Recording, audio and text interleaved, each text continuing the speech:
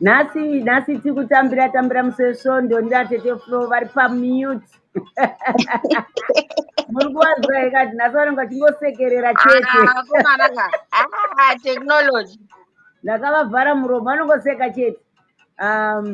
Tatimbomira timbonzwa music donhodzo. Takamirira kuona kuti antitete zvingaite here nhasi. Atete pindai toni. Mbotaura taira pamwe nevari kunze vangakunzwei ini ndatadza kukunzwai. Muri kundinzwa here pana technology iri kuramba nhasi dzese. Amenoti pana ari kundinzwawo. Hapana. Muri pafoni yenyu here mimi tete? Ndiri pafoni. Yes, Precious, ona tete vari ndakavaita mute nhasi havasi kugona kutaura vari kungoti You can hear Tete Flo. Taurai tinzwe Tete Flo. Ari kunzwa inini? Ndiri pafoni. Precious, can you hear Tete Flo?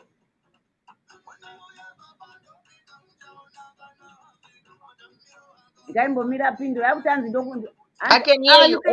Okay. I can't hear you. Saka wati lapeni. Florence, arifana kunditarisa. Kana ataura akapedza ini ndotaurawo. Because ini hatisi kunzwanana nhasi.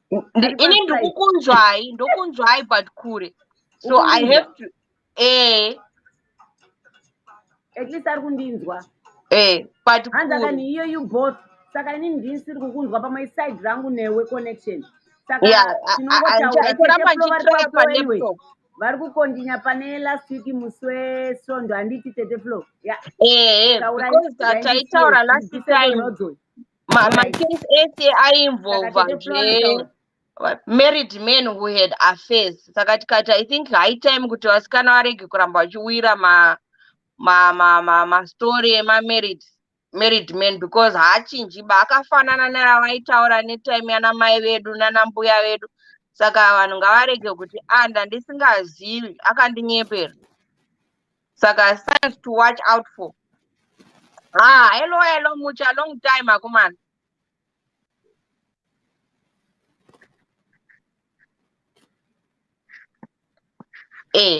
Ndicharamba ndichitry palaptop. No, taure about that this week.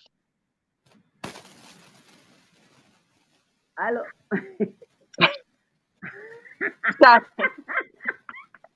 Anna mucha I know. Mucha.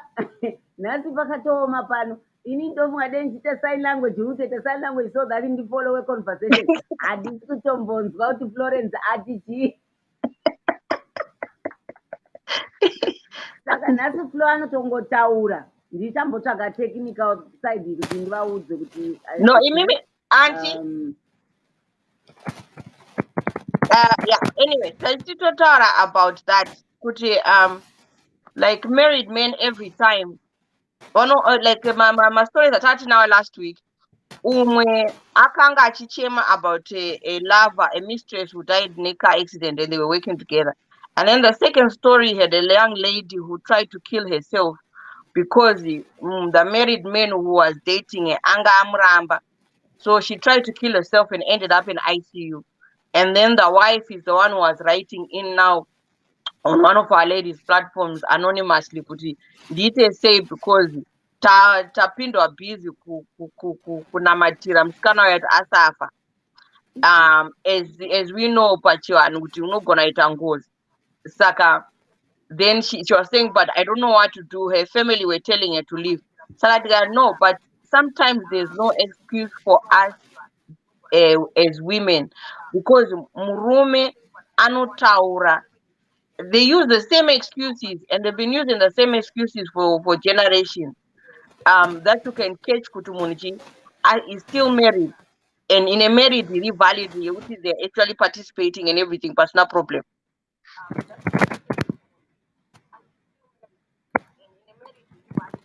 And so, hey.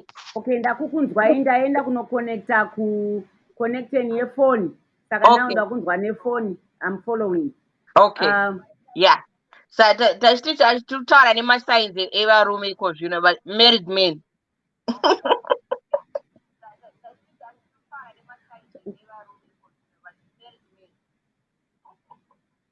Alright.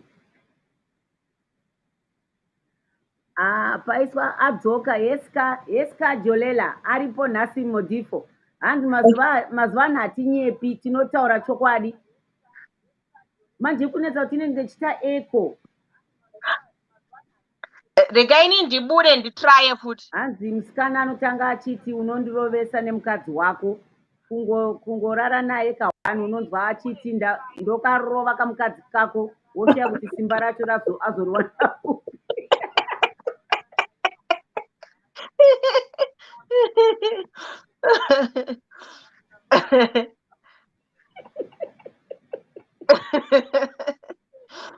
Zvakaoma.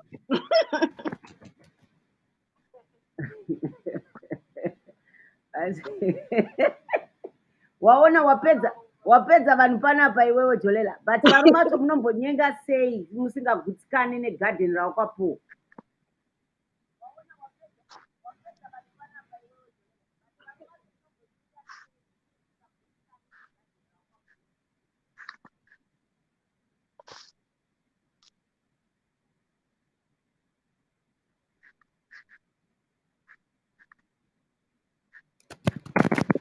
Ndakamira kuti upindure ka, ndakamira comment yake panapa. Vamwe inzwaiwo hanzi ndozvamunoita vakadzi, munoti kana uchiri kunyengwa unoti okay, hanzi listen nemaheadphones anti so that you won't have the echoing. Thank you. Egaimbotsvaga headphones, taurai Tete Flo. Alright. Saka hanzi pamwe listen okay, nema headphones, okay. Okay.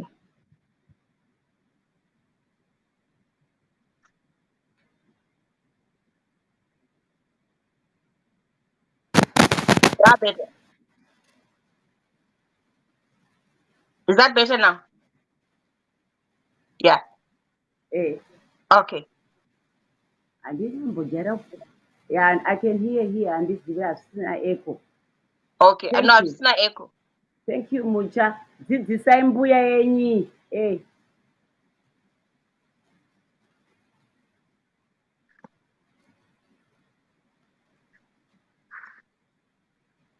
Asina Precious, iye murume ane mukadzi waanoda anomboenderei kunotsvaka mumwe mukadzi panze.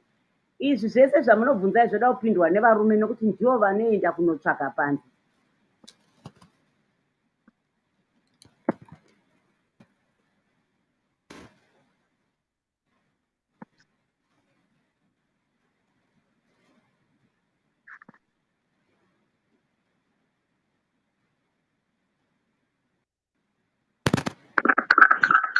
Makunizwa nelaptop?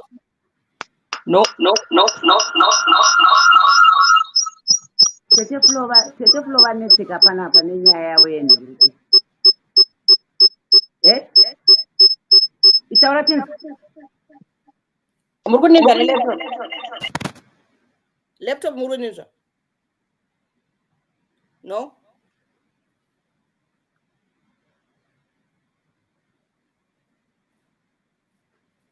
Amusi kunizwa still? No. Okay. So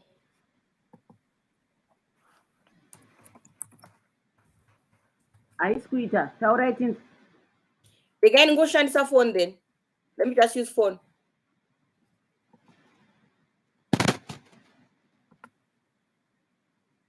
Wagati ngoshandisa? Tozozvona papai. Hazina Jolela. Tinogutsikana, but the problem is the fight we have at home. with those girls, we are always happy temporarily outside there.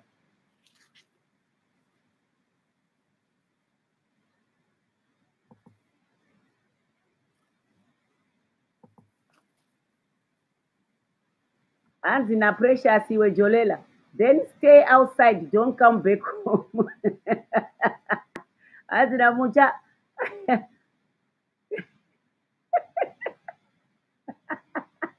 Hanzi na mucha. I just think the women, if they know the guy is married, they should just leave well alone. It's simple. But chinonetsa nchokuti, you know what? Regai ndikutaurire, I told you Nina was a second wife. When I went there,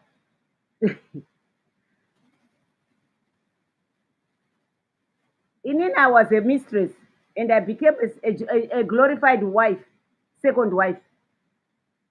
When I look back, ndakafungawo ndikati, you know what, ini ndakabviswawo nasomeone. The mentality yandikapinda nayo, maybe it was wrong, because ndakapinda ndichiti ini ndakabviswawo nasomebody.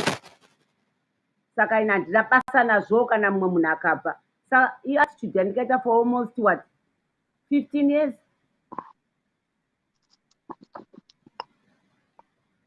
Yeah.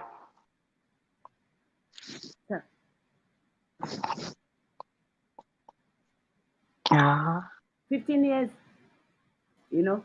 But later on, ndakazoona kuti no, I kept on feeling guilty and guilty and guilty. Hold on. Taurai chinzwe Tete Flo. Muri kundinzwa? Yakuramba futi kamera. Muri kutaura so? No, haisi kuita. Haisi kuita. Tete Flo, taurai chinzwe kana muri kundinzwa?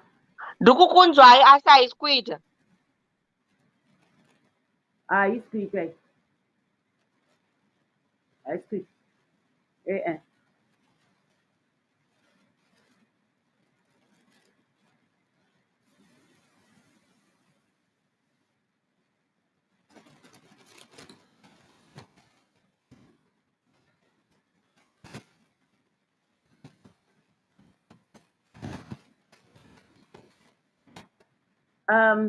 Saka ipapa ndikutaura kuti ndatini, I went in knowingly. Saka I think problem iri pane su vakadzi here, or is it because it's something that has been that has been there since time immemorial?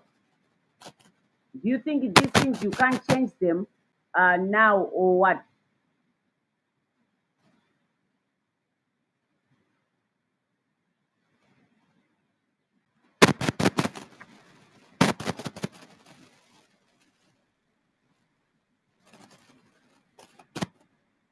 Yeah.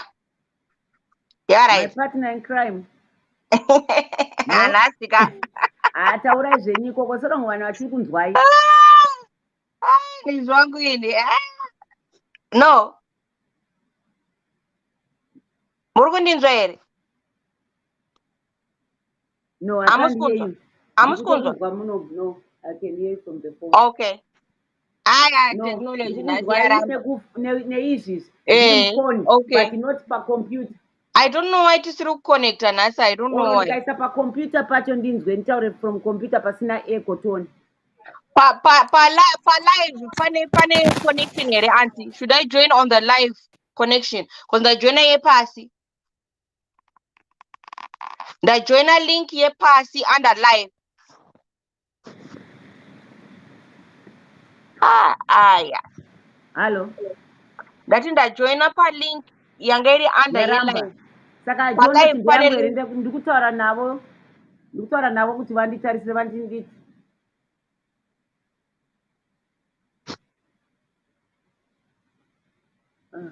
Guys, I'm in on us. Anyway, let's try and see.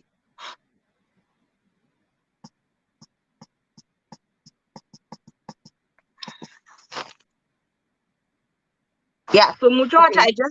I think sometimes kana usina mbopinda kuita mistress or girlfriend ichideta married.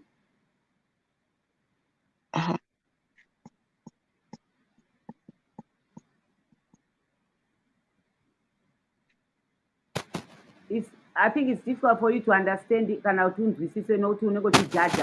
but for those who have been there, you need to ask you why.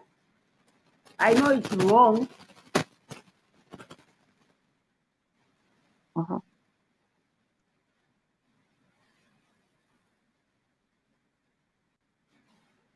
It's wrong, but you can tell with what is it that I was doing. But it takes time. But remember, even in Bible, it's there. These things have been there since I don't know. Saka, is there a way of breaking? Is it like a case which needs to be broken? Uti vanhu vasanyengwe nevarume varizere or varume varegedze kutarisa vobva vatora? No, but varume vacharamba vachiita, so it's up to vakadzi kuti urambe kana uchiziva, because it's usually my stories achakafanana. I'm married but hatisi kuwirirana kumba. So kana musiri kuwirirana kumba, tanga wapedzerana nomukadzi wako before starting something new. No, musikana anonga achiti hanzi anondirovesa nemukadzi wako haasi kuramba pese, ari kuti ari kuda asi ari kutya.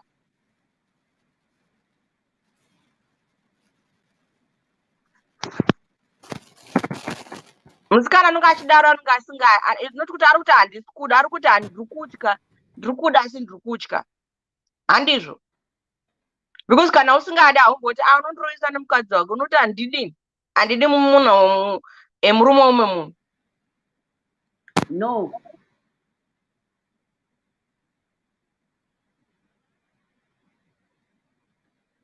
Tasa chinhu one, vanhu zvavanoita varume ava vanosikospenda so much kumagirlfriends. You are tempted nemari. Saka ipapapo zvinoreva kuti pane chinhu chisiri right panewe ipapapo, because iwewe unofunga kuti iye akava newe, iwe ndo unopedzisira here. Ndosaka vamasikana anogumza vakuita bhita kuti hey, wakawasta time yangu, yeah, you wasted my life, I was younger, now I'm older. Maybe anonga anotora nevana futi as well. But he never wasted your life, because iwewe ndio wakabvuma kuti munhu akuise as a secondary position, ukabvuma secondary position yacho. Saka iwewe, inini have been approached by people who are married, ondoudza kuti hanzi we are tangogarira vana. Ndikati saka inini ari kuda kusvibisa reputation, ini ndini anoda kusvibiswa reputation, because kunonzi hanzi akasiisa murume mukadzi wake, family yake. Saka why would, if you say you want to care about the next person that you have, why then would you want me to have a bad reputation? Iwe pedzerana nemunhu wako, when you finished with your person, come and see me. And it disappears. So if he was genuine, why not finish the marriage and then come?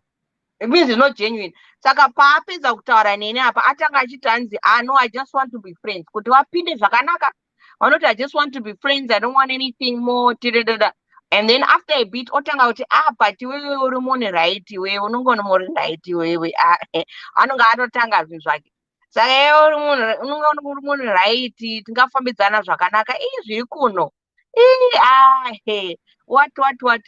So me, my thing is, no, if you are married, I do not get involved with married men, full stop. So if you are married, you want to date me, finish what you have first, then come and see me. Before that, don't contact me. Okay, friends, but the talk stays on friendship, nothing else, to no boundaries. And look outside of anything that will sound like you're dating, person disappears. Sangangari genuine. And some of them, it's tricks. Kuti unogumza waita like affection for munhu wacho, anogona kuti sisi imimi, you seem like you are mature in the spirit, saka nachiti mundibatsirewo kunamata. Munhu murume ngaina notsvaga umwe munhu murume wokunamata naye. What are you doing with a single sister? Or a woman? Go and pray. Either approach as a couple, which approach as a couple, or go to another man and ask for prayer. Does God only hear prayers for women? These are tricks. Tricks. Because by the time you are hearing the problems. As a guilty person. Even as a guilty person, anti-flow. I was.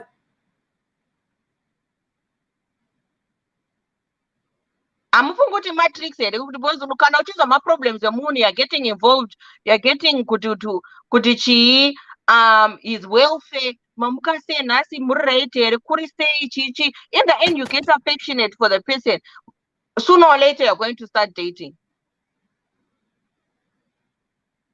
Situation you understand, auntie, but your situation was because you came from a situation where you were not given therapy and you are not dealt with what you had gone through, right? So imimi mamune situation yokuti andisisina basa nokuti what comes because ini ndakaitiwa.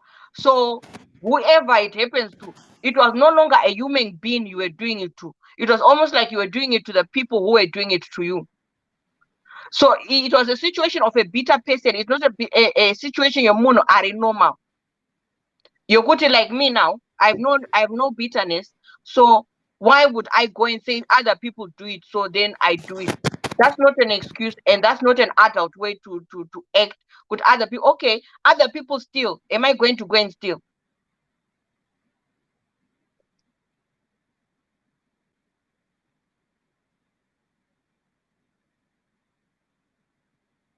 Saka ndati zvinonzwisiswa neakapfuramo kuti shangu iri kundiitisa konzi dzinozivikanwa neakaipfeka. Iwo kana uchiudzwa kunzi bhutsi iri kundirwadza, you are just visualizing kuti saka ari kurwadziwa sei, saka pain yacho yakaita sei. Varume ava vazhinji vamwe vacho havataure kana nezvekumba kwake. Ini wangu haana mboya kuzotsvaga sympathy yokutsvaga zvekumba kwake. He never talked about his wife. He never talked about anything happening in his home. Saka hatina mbenge tichinamatirana kana kuita sei, but inini ndakangodawo nokuti ndakafunga kuti chi ini ndakangoti what I've gone through, maybe I should try. Ndakatrya imba yangu ndega, so regai ndiite sei, regai ndichienda ndikaenda ipapa at least mazuva anenge asineni, so I have my freedom at the same time I can have a partner. Saka uchiona manje uchiti urimo ini kwandiri zvaifaya, and for me it was the right decision, it was working. It's only later on as I became deeper and deeper spiritual, I started feeling guilty. I'm committing adultery every day. You understand? So it was like a recollection of what am I doing? What am I doing? Then I started asking myself, if I call myself a Christian, what is it that I'm doing? I have to start, for me to call myself a Christian, there's some cleansing I need to do to myself. That's when I said I can't do this anymore.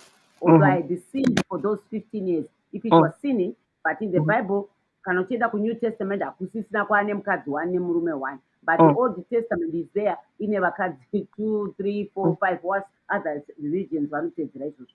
Kwandiri it was working, it was fine because anenge asineni mazuva ese, mamazuva anenge ari uko ndiende freedom yangu, so I was thinking I had the both worlds. So it was working, and we never talked about my guru, and we never, I would never ask, and he would never respond if I ndabweta mukadzi weshanje uya womboti koikoko kumba kwati kwati auzati zvekumba wako ndezvekumba wako, isu ngati concentrate ndezvepano. But chandoda taura manje kuti wai varume vachiti kumba wako kune kuchipisa zvataurwa naJolela, anze kumba wako kune kuchipisa because kumba kwe mistress kana musati maroorana tichiri girlfriend boyfriend asati afunga kunodisira mari, hapana chatotaura chiri serious because we have nothing solid going on. Saka chedu kusara kuti nhasi tikuenda kunonwa kupi, Mario Sounds ari kuridza kuSkyline, Mario Sounds ari kupi, tiri kusangana totoenda kunonwa doro ende tichifara. Saka kufara chete ipati every day.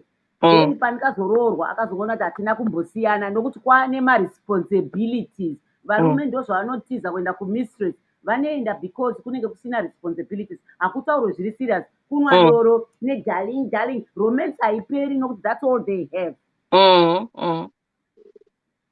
Ndokupindura kwandiri kuita kuna anonzani kuna Precious Precious atise varume vachireka havambofa vakaregera because varume vari weak kana uchida kupindura Jolela, varume vari wiki havadi kufeswa nemaproblems, they put their heads in the sand. Muri kumuona Boris uyu, Boris ari kukudza kuti amiri kuyazesa petrol muno, ari kungodzveka haatodi maproblems, saka asingatoti kuti varume havadi maproblems. Saka pakaita maproblem unomona manje akungotanga kudai, akauya kwangu inini kwamugirlfriend, chiko baby, uya ndikumasaji ekutsoka, uya ndikucheke nzara, ari kupampa.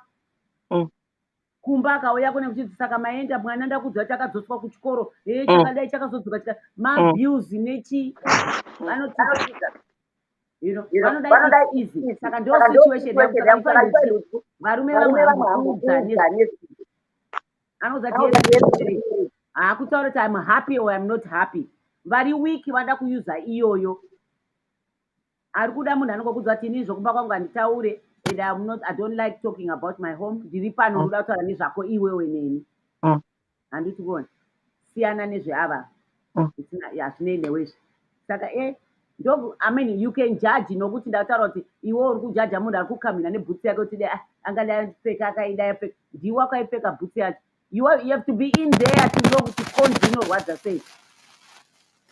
No, in school judge. I'm coming from a place of understanding. If I think that she's hard-headed like Auntie Flo, the best start is to lie. As a dinamukazi, you will know that I'm married Tambo Pamba. Unombata chet. Because I don't commit. Ndinoramba ndichingo put away information. Aumbofambi neni. That's what I'm saying. Aufambi neni. Because I don't commit. Ndinoramba ndichingoiteya kuti there has to be something. At this age, there's no way this person has no wife. So I have to. Ndoramba ndichingoteerera kutaura kwako. And futi ndichaona kuti availability yako yakaita sei. He's divorced. Kaka divorced. No, availability as in ndinokufonera anytime. Can you pick up anytime? Or my excuses akawandisa. There's certain times patterns usunga picky or whatever or chichi, or you can't talk right now but you can text. If you are single, why can't you talk right now and you can only text? So batika, and as Jolela said the first time, was mamazwano, they come ne honest. Wakawanda vanovataura at the beginning kuti exactly kune ma video calls, but even kune video call anogona kuenda out or to a friend's house and do a video call there, so that one doesn't necessarily work. But it's the pattern of calls kuti after some time, kana uri single, I should be able to call you anytime anyway. So if you have a wife, your wife is gonna be there at certain times. Saka kana uri ari kuno, let's say ari kuno ku UK and he can only pick kuma nights, he can only talk to me. I know the wife is doing nights. Njakufonera during the day. Kana ndijafona kumba during the day. Let's see. Because kunoko they can get away with it because mkazi anogona ita nights, iye achita ma days. So you talk to you at night, achiti ndabva kubasa, and then mkazi anonga ari ku night, vana vanonga vakarara. Or you have the kids over, but the wife is divorced.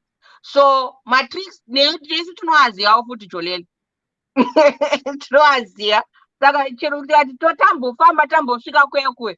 I don't commit until I'm absolutely sure. So unless I'm absolutely sure, it will never happen.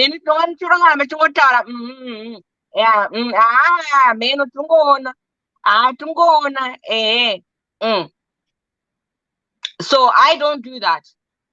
So because inini lula does not happen. Never happens. Auntie Flo haumbovabata. Akana. Lula hakuna. Hakuna. Neunokumza waneta because murume ndiani anoda kusiya mukadzi wakachinyepa oenda kumunhu asingagoni kurara naye. Hanziti.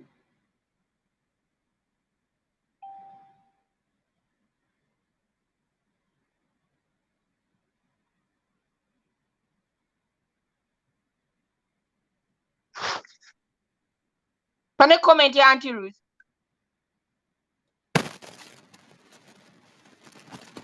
Ona memory Auntie Precious ati mazuva ano kune video calls. Saka memory akati mazuva ano kune video background effects ndiwo chaizvo. Hanzi iye zvino zvava nani with technology. Kare shuwa nguva yaifamba wanzwa nekunyeperwa sure. Now I think it's easier to catch somebody than it was before. Because kudhara waita kutofamba kakuenda kumba kwake ndikotumubate, otherwise you'll never be able to catch the person. And varume vanonyeperana, he could give you a address ye friend yake ari single as his address.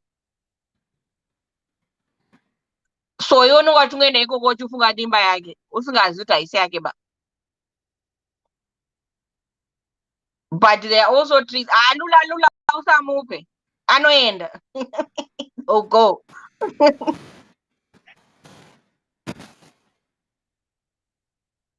Tizojolela kuti iye akaita musikana wacho extra wacho anonga achiramba kurarwa naye. Unogara here. Waikona kukurumidza. Noina tomboiti lula until 16 years and 9 months and counting. Panangoti ndikuedzokera kuchechi ndizvozvo. I did exactly that. And I do not compromise. No lula absolutely under any circumstances. Chero kandita sweet talk say haishandi. Nah. Chero kanditi hanzi no I will engage you. Ndokuzati ko ndikakuramba mangwana acho. Nah. Ndati Precious. No lula for Auntie Flo for 16 years and 9 months and counting.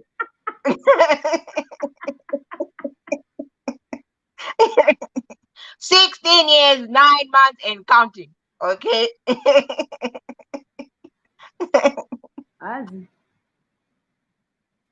And counting. Yes. And counting. Until that ring is on his finger. Choro ndikafa ndakadaro ndizvozvo.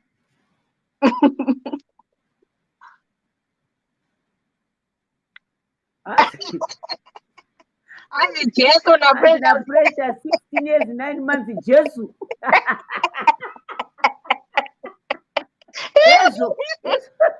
And those the Precious continuing I didn't date until I was 26. And only one person. So between 26 and 28, only one person. So they got decided, is why I was get a new church. So I went back to church and that was it. So 26, I started late anyway at 26. So between 26 and 28. Once white lula as a woman, you get emotional attached. Most women will get emotionally attached. Saka ndizvozvo zvaakutaura Jolela kuti anonga akuti ndinokarova kamukadzi wako. Because anungapinda lula has gotten emotional and akuona it as territory yake manje yaakurwira manje. Okay, Auntie.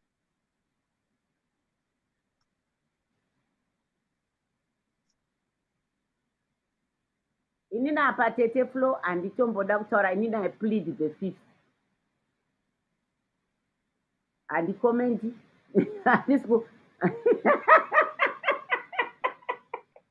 Handikomenti ega nditosiya yelula. Inina I plead the fifth.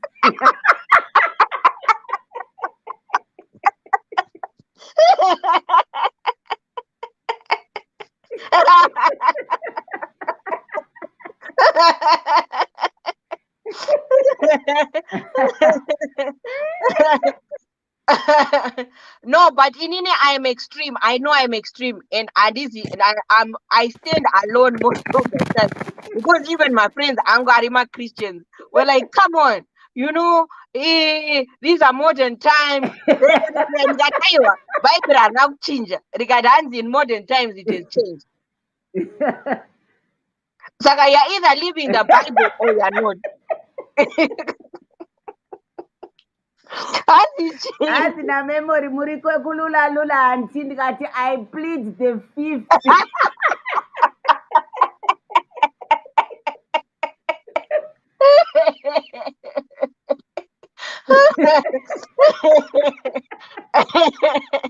Auntie, what comment. no comment.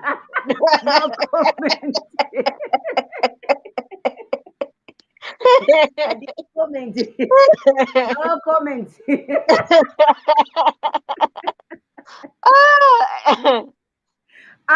Ruthie, that I plead the fifth and number guilty. That I plead the fifth. Auntie is spiritual as well, Lula. So, Tete Gire, ndaona kunyarara kwenyu kuti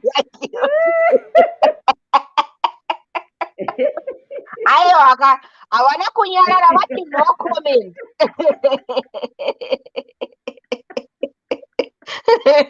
Vati no comment. So no that comment. she cannot be quoted other way. No comment. Ari kurwadziwa nebhutsu nekonzi ndiye akaipfeka.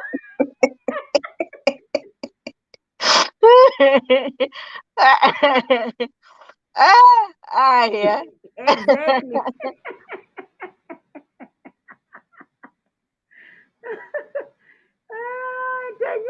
Wandipedza. Nhasi wandipedza. Hanzi nokuchena kwamakaita. Kuchena kwamakaita kulokuzeni kwenyu. Ku function yenyu healing association. What is it? Healing association. Ku fundraiser, ku gala. Hanzi nokuchena kwenyu kuya mama mungashaya lula. No pressure.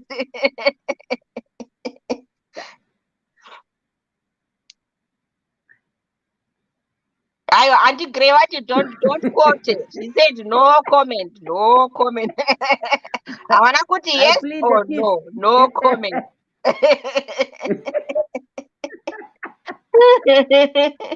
Anzi makamakauraya makamakauraya mcheno zveshuwa zvavo. Nachitoda kuzvitaura kuti teterowa mcheno paweekend.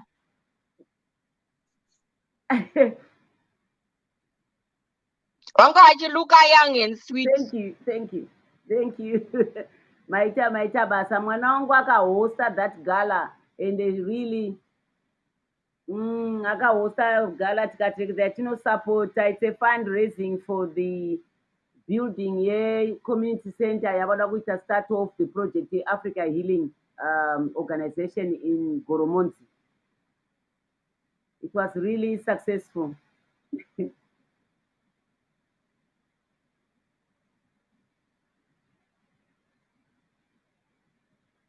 Next time I hope you join us. This will be a yearly event.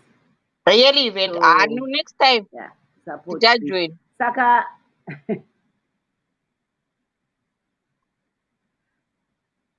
Ndandisipo inini preachers.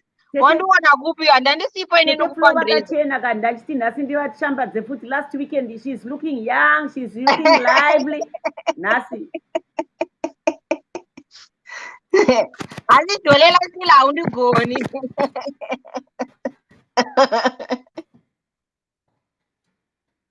Ndandisipo inini pray. Ndandisipo inini pagala. Oh, Tete Gire. Because ndandisipo in. And anti-flow very up north and it's down south. Angasiko flow. Very up north. As next time I check that down south. And next time ka. And the Chinese maybe next year as long as I change how you go now to travel. And Ziko na Jolela. Less than 2. Saka ndini ndega comment yenyu US na Jolela Tete flow. And only a few ladies like you anti-flow less than 2. Sakari kuti ndini ndega kapa kadari less than 2. Vatina kuno havana kuoma musoro. It's an easy read. They can't research a married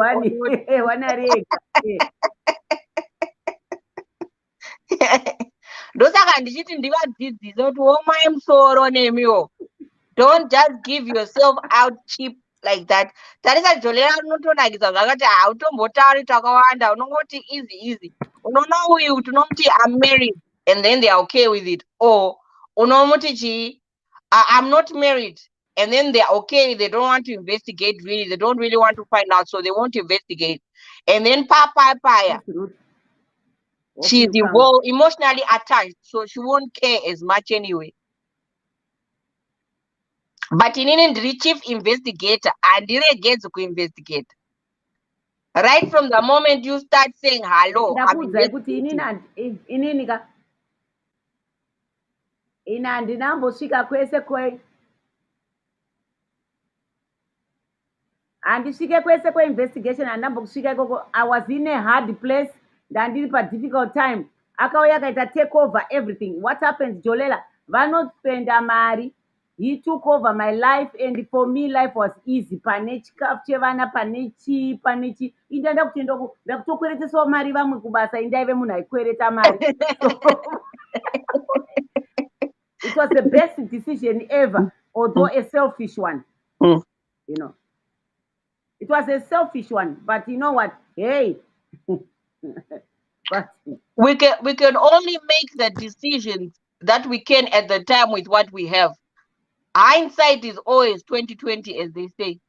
Make a decision, otanga future, first, and then a decision to be easy.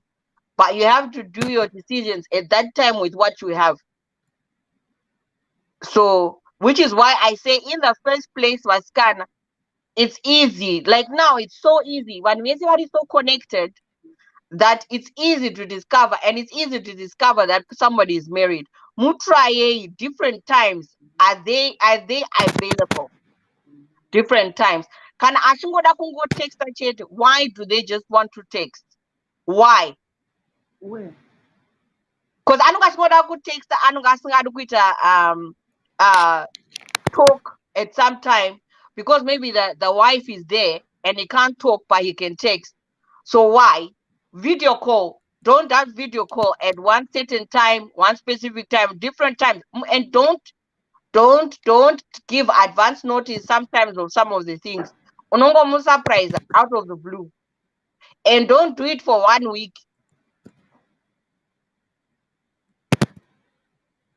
No, not just kuti udautara. Don't tell him kuti udautara naye memory, because once ma pointers udautara naye this time, it gives him time to arrange things so that he's free to talk to you at that time. Saka zabazi kuti ndikukufonera bedtime, no anytime. Anytime is tea time, no warning. Because if he is single, you should be able to pick your phone up, just like you're able to pick up the phone at any time. You should be able to pick up the phone at any time without warning. So once I'm on bedtime, nights. Okay. Yeah, so bedtime you will be free because the wife is at bedtime, is at work. Saka where you don't give advance warning, you phone anytime. Akanyanya ku complain that why do you phone without advance? That's a red flag.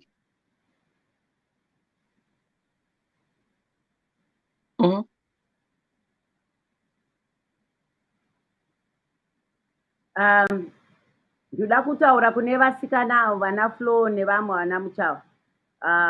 Flo especially. Varume ava vamazuva ano vane foni mbiri, yako iwewe iri muglove box.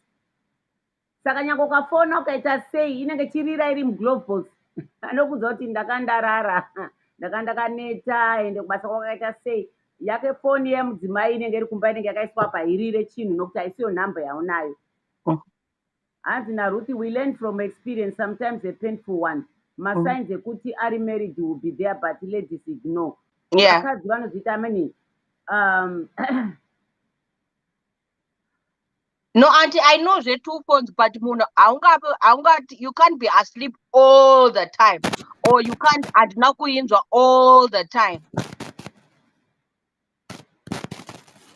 Ipapa ndo my red flags acho, because aungati every time wakarara, every time aunakuinzwa, every time this is an excuse. That right there is also a red flag. Why? If you are single, you should have your whether it's 2 phones, 3 phones, they should be with you there. Most people have 2 phones, okay, yeah, but you can't be asleep all the time. You cannot have heard it all the time. You cannot be able to speak all the time. You can't. So it's like really, it's really like what Ruth says. A lot of the times, tinao ma signals, but tino ignore, and that's the truth. Anungari po ma signals, but because we like someone, we decide to ignore the signal. It's just the same as a mimi auntie when you're talking your story. This guy is abusive, is not okay. Mukaramba. You've not seen any sign of that. So it's not that you didn't have some little inklings there and there. Some people coming, you have some people sometimes might even say, oh, I know that guy is married. Or Ramba to know he's not, he said he's divorced. Maybe him married, you know. So I think also as ladies, we can move in denial as people. With Kanawada Moon, you like the person, you decide, and then they only believe what the guy is such a sweet talker that they only believe what the guy says. I can go and tell my friend, this guy is married, and the positions they were in are not positions in this is relative. Unless there's something very weird going on. And that guy will say, man, jealous. I don't know, Flo very doesn't have a boyfriend. The guy is jealous, how to break up. And then she will come back and parrot to me. You're very jealous just because you don't date. And that is it. But inungairipo, signs are there.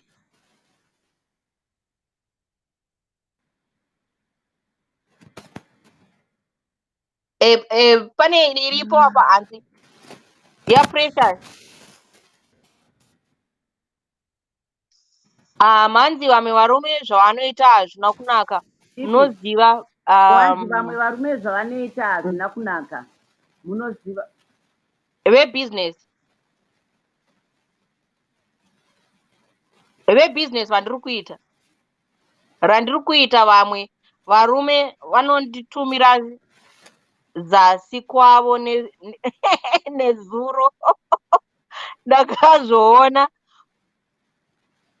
vakundituka. Ndaida kuvaudza pagroup randakatukwa ndakazovaona vakundituka. Hey.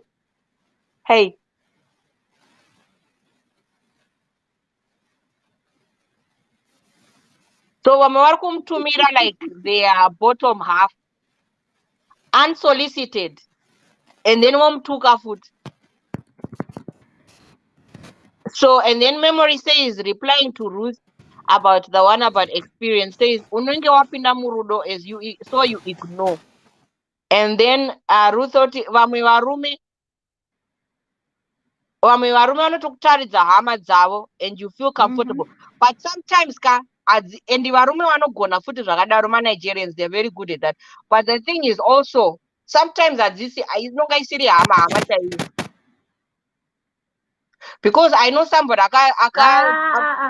Mazimba, Nigerian. No, I'm talking about Zimba. I know, I'm talking about Zimba now. Pane muzimba akatarizwa munhu ainzi anzi ndisekuru. After vaita whatever and whatever had happened and it had gone wrong, sekuru waya akati handimzivi, ndakasangana naye kuno kuUK. I don't know him that much. So no, tarisa precious ari kutaura kuti maNigerians anozviita. She's married to a Nigerian. maNigerians haazezi kukuendesa. Inini I've talked to sisters, to brothers, to uncles, to cousins. Munhu ndifika muzivi in just 1 week. I was like, excuse me, I've not even made up my mind. Handisi kuda kutaura nefamily yako. Kasi munhu anonga kutokuti, no, talk to my junior sister. Talk to my... No, I don't want to. Because they know kuti mukadzi kana anzi because the women are still doing the thing.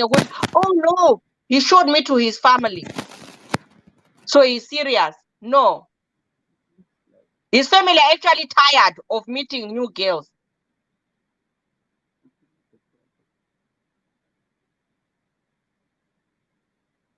Vanokuratidza hama dzisiri dzavo. Vaneta nokuintroducewa.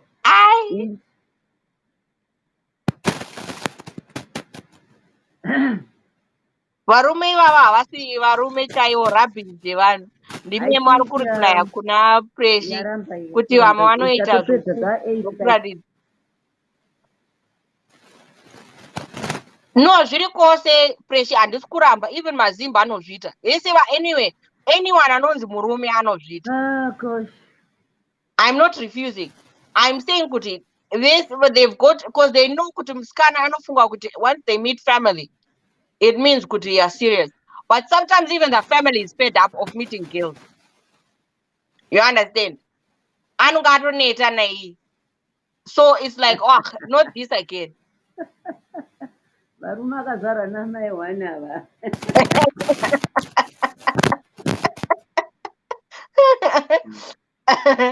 So it's that again.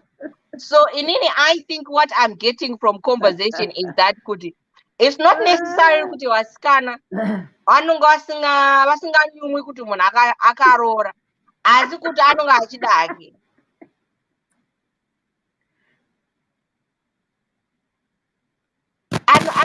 Anonga asingadi kuziva hake, ndosaka maybe. So manager, ini ndakuenda kubasa ndiende kubasa ndikasi varume inonetsa nyaya iyi.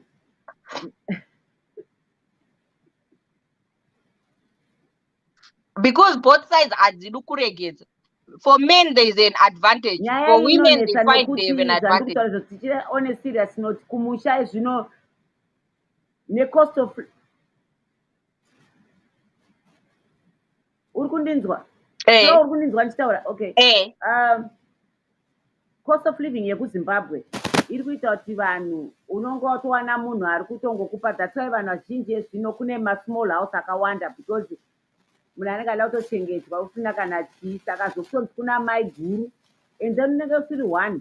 Varume vese vane mari kumusha uko they believe kuti mukadzi wana haakwanise kudya mari. You can see maold businessmen akudhara vaiti akangoita masitoro mairi matatu nevakadzi vanenge vari 3 or 4.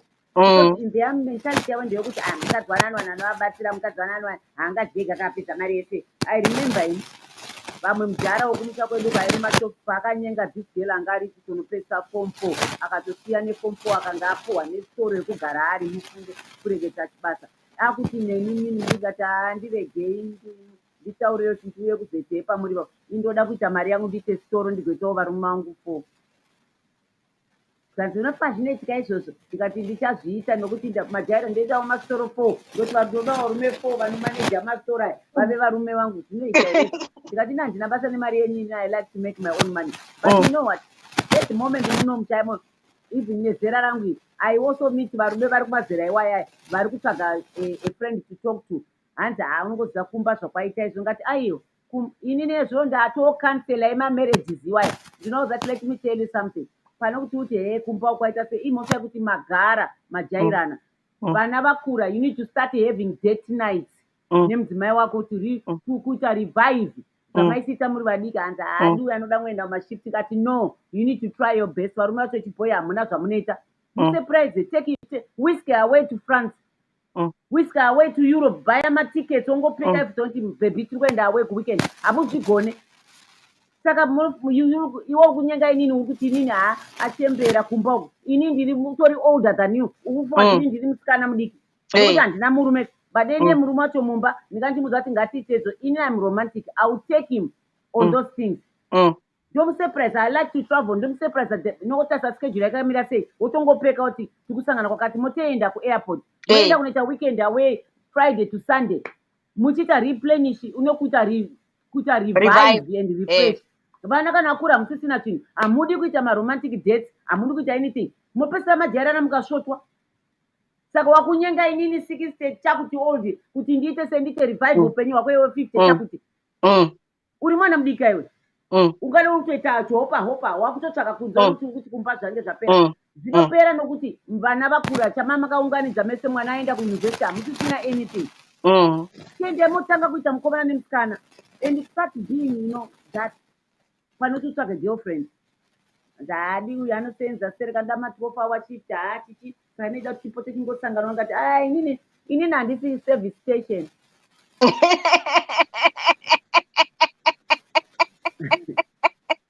yamunodira petrol nokuita emoti ndikati handisi ina handisi service station munoda kuyazoita kudira petrol yenyu nokuita emoti ndikati unayo service station yako pamba iite emoti iyoyo sora chida kundinetsa but also to be honest kandainzwa complaint yakawanda vakadzi nayo vanonyanyisawo mashift please musazoti shift 12 hour shift every day 6 days a week is too much guys please tapota sana tete tapota please 12 hour shift 6 days a week change the whole day yakapengeswa nechembere yake yakawana tete isana tete Gire hanzi tete Gire mvazi takati roti kushifti shifti dautokanzura tikuenda kupi handei tozozona tadzoka so tine vana vechikoro ndizvozvo saka hanzi namemo tete hanzi astori naprecious tete Gire tete Flo muri kuita basa hombe chairo I love you so much ma-12 hour shift 7 days imi vanochikora hamuna manzwa here hanzi napreshi tete Gire tete Flo muri kuita basa hombe chaizvo I love you so much. Thank you so much Preshi. We love you too so much. Our always on time and always there. Anogara aripo Preshi maita zvenyu ai waita zvako for your support always so much. Hanzi manje maservice station kaiko zvinonawo kuti akushotawo fuel watosara kuuya pakauchi umbogara pana ateta maservice station akushota kamazuva ano mafuel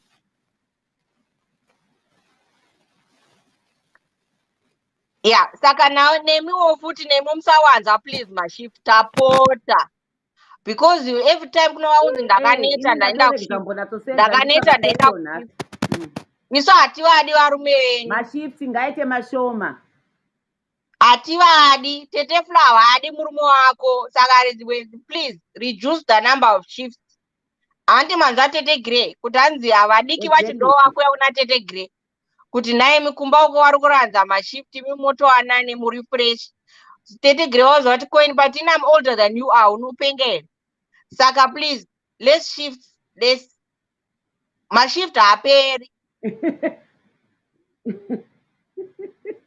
saka haungati 6 days 12 hour shift 7th day woswera kuchurch the whole day no mashift haaperi hama dzangu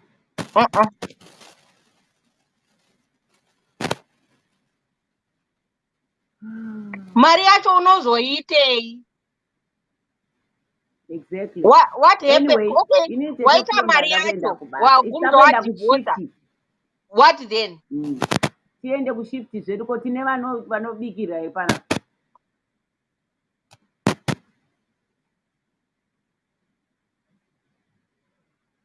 vanenge vachiita zvavanoita maproject vachitenga dzimba dzekusaidi kumba zvisinei nemurume hanzi namema anonge achinonozorora kushifti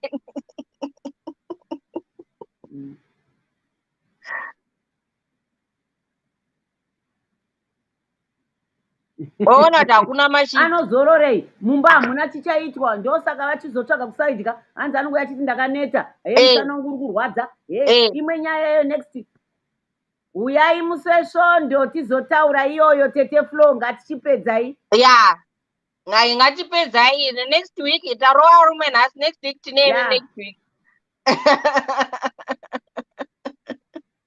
all right nhasi technology challenge hopefully next week laptop yangu inonga ichishandako madzimai Jolo, thank you so much for coming to Tipa the other side yevarume.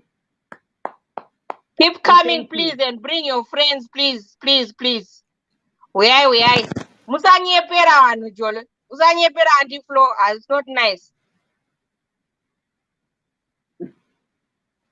Thank you Ruth, thank you Mucha, thank you Memo. After a long time we miss you too, you miss you so much.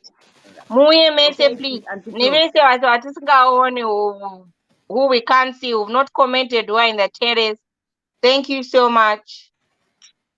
Hopefully next week technology inonga ichishanda.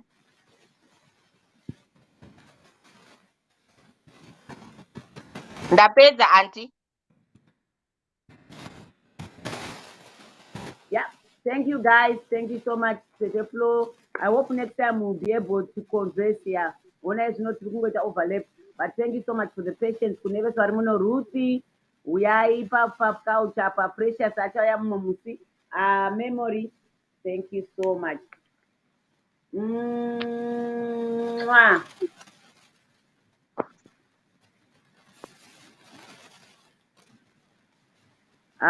We plead the blood of Jesus on each and every one of you guys. May you be looked after this whole week until we meet again on Wednesday. I talk myself about something different. But we'll see you on Sundays. Tichitaura nyaya iyo kuti kumashifti muchita tuntu kuseri but murume achienda kunotsvaka kumamarriages afa. We are tichitaura iyoyo.